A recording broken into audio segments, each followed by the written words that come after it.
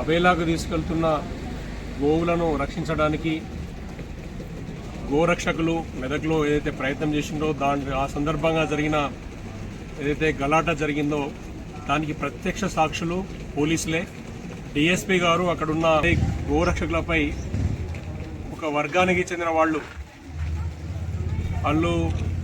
కత్తులతోటి బ్లేడ్లతోటి దాడి చేసి అమానుషంగా హత్యా ప్రయత్నం చేయడం మీకు అందరికీ తెలుసు, మనం చూస్తూనే ఉన్నాం.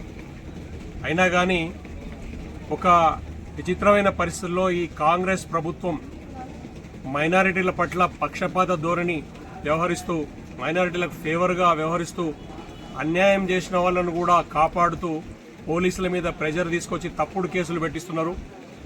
మెదక్ పట్టణంలో దాదాపు ఇవాళ హిందూ వాదులను గోరక్షకులను 12 మందిని ఇప్పటివరకు జైలుకు రిమాండ్కి పంపించారు.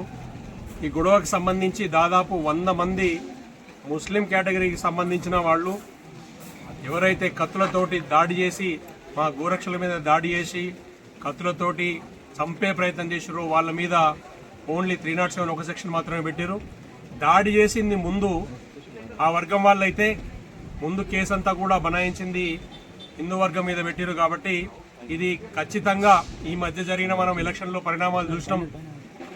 ముస్లిం మైనారిటీలందరూ కూడా వన్ సైడ్గా కాంగ్రెస్ అందరికీ ఓట్లు వేసినందుకు గిఫ్ట్గా హిందువులను వేధించడానికి, హిందువుల మీద అక్రమమైన కేసులు మీరు పోలీసు వాళ్ళ ముందు, పోలీస్ ఆఫీసర్ల ముందు వాళ్ళ ప్రత్యక్ష సాక్షులుగా జరిగిన దాడిలో కూడా హిందువులపైన తప్పుడు కేసులు పెట్టడం అనేది అమానుష్యం, అత్యంత దారుణం.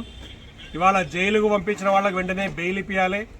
పోలీసు వాళ్ళు ఈ అన్యాయాలు పక్కన పెట్టి ప్రివెంటివ్ అరెస్ట్లన్నీ బంద్ చేసి మెదక్ పట్టణంలో శాంతి సుస్థిరత నిజంగా రావాలంటే న్యాయంగా ట్రాన్స్పరెంట్గా ఉండాలి. తప్పుడు కేసులు పెట్టొద్దు. తర్వాత ఎవరైతే హిందువులపైన దాడికి పాల్పడ్డారో వాళ్ళందరి మీద కూడా ఖచ్చితంగా వాళ్ళందరినీ అరెస్ట్ చేసి లోపలేయాలి, వాళ్ళని కూడా రిమాండ్ చేయాలని భారతీయ జనతా పార్టీ తరఫున డిమాండ్ చేస్తున్నాం. ఇవాళ ఇంతకుముందు ఇటువంటి ఇన్సిడెంట్స్ చాలా చూసినాం. మనము సిద్దిపేటలో చూసినాం, గజ్వేల్లో చూసినాం, సంగారెడ్డిలో చూసినాం. ప్రతిసారి కూడా అట్లీస్ట్ కొంతలో మేర జ్యుడిషియరీ ఇన్వాల్వ్మెంట్ తోటి 2 వారాలకో 3 వారాలకో న్యాయం జరిగింది. ఇవాళ అటువంటి పరిస్థితి మళ్ళీ రిపీట్ అవుతున్న వాదుల్ని, భారతీయ జనతా పార్టీ కార్యకర్తలను, బజరంగ్ దళ్ కార్యకర్తలను, గోరక్షకులందరినీ కూడా వెంటనే రిలీజ్ చేయాలని భారతీయ జనతా పార్టీని డిమాండ్ చేస్తున్నాం.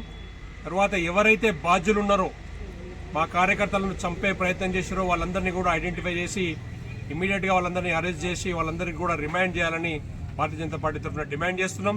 మీరు ప్రివెంటివ్ అరెస్టులు మానేయాలి, పుట్టిగానే భయపడొద్దు. మేము ఇప్పుడు శాంతి కాముకులము. ఇవాళనే మనం చూస్తున్నాం దేశవ్యాప్తంగా నరేంద్ర మోదీ గారిని మరొకసారి అందరూ మూకుమ్మడిగా మనం విజయం తీసుకొచ్చి మళ్ళీ ప్రధానమంత్రి కుర్చీలో కూర్చుండబెట్టారు. ప్రపంచవ్యాప్తంగా కూడా నరేంద్ర మోదీ గారి నాయకత్వంలో మా కార్యకర్తలు కానీ, నాయకులు కానీ, ఎంపీలు కానీ, మినిస్టర్లు కానీ, ఎమ్మెల్యేలు కానీ దేశవ్యాప్తంగా శాంతి కోసం, సుస్థిరత కోసం, అభివృద్ధి కోసం పనిచేస్తాం. దేశభక్తి కోసం, దేశ రక్షణ కోసం పనిచేస్తాం. ఇంటర్నల్గా కాన్ఫ్లిక్ట్స్ క్రియేట్ చేయడం కానీ, అస్థిరంగా, తర్వాత అనుమానంగా, తర్వాత ఆచరణకు సాధ్యం కానీ హామీలతో ప్రభుత్వంలోకి వచ్చిన కాంగ్రెస్ ప్రభుత్వం, కాంగ్రెస్ ముఖ్యమంత్రి గారికి మేము సీరియస్గా ఒక విజ్ఞప్తి చేస్తున్నాం. ఖచ్చితంగా ఇట్లాంటి అమానుషమైన దాడులు, అమానుషమైన కేసులు పెట్టడము, బెదిరించడము, దాడులు చేయడము, ప్రివెంటివ్ అరెస్ట్లను కూడా మానేయాలని భారతీయ జనతా పార్టీ డిమాండ్ చేస్తున్నాం. భారత్ మాతాకి జై.